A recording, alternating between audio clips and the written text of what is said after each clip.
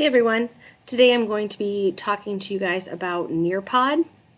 It is a platform for form of technology to make interactive lessons for the kids. So I wanted to show you before I got started that there are different versions of it. You can sign up for free as a teacher, but then you don't get as much functionality, I guess I should say, as you do if you get more. So my district media specialists, we have the Premium Plus, so we get a lot of features so we can have more students and more options, but there are quite a few things that you can do with the free version, and once you get playing with it, you'll see that it's really awesome. So maybe you can convince other people in your school to get a higher subscription, or maybe your principal would want to help fund that or something like that. So I did want to show you that there are different plans, and some of them get quite pricey, but I think once you see how awesome it is, that you'll at least get a free version. So I'm going to show you what it looks like once you log in. So this is my home page and all the different lessons that I've used and created, and some of them were from Nearpod and I just edit them.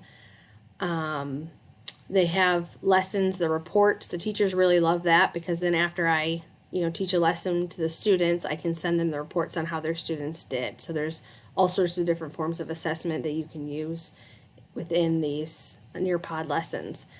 There's a school or district library, and that's where, for me, other media specialists have put lessons that they've created, and I can access them through that. The Nearpod Library is where you have all the lessons that Nearpod has created, and it is a huge resource. There are so many lessons in there. So I just usually type search. I go to Nearpod Library and type search. But I'm going to show you some of the ones today that I have created, and how to even create it from scratch. So here's one that I made.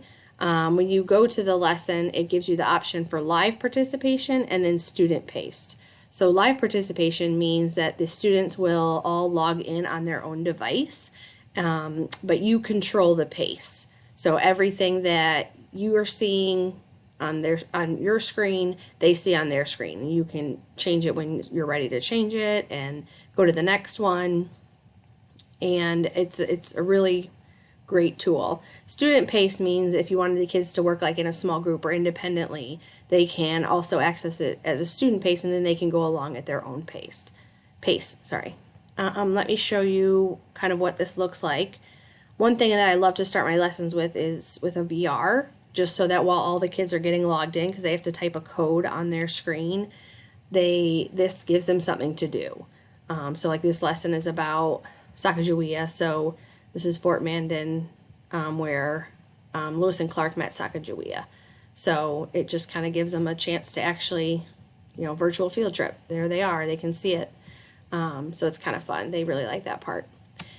Then, you can create slides similar to PowerPoint.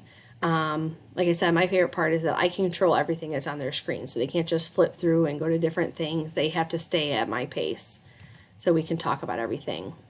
So you can incorporate notes. You can add videos, whether it be a YouTube video that you found that you liked, or Brain Pop. The videos you can incorporate in there. And then one of my favorites that they have included in some of the subscriptions is Flocabulary. I'm sure a lot of you have heard of that. Great videos. So that is something that is with some of the subscriptions that it includes, which is really nice, because that's another additional, you have to pay for that too. So it's nice that it's included. Another thing that makes them different from just a PowerPoint is that you can add interactive games and tasks. So it's just a memory game. They have to try and find the matching picture. So it gives them a little break in just, okay, listen to my presentation. It gives them something to do throughout. Then we can have an assessment where they fill in the blanks.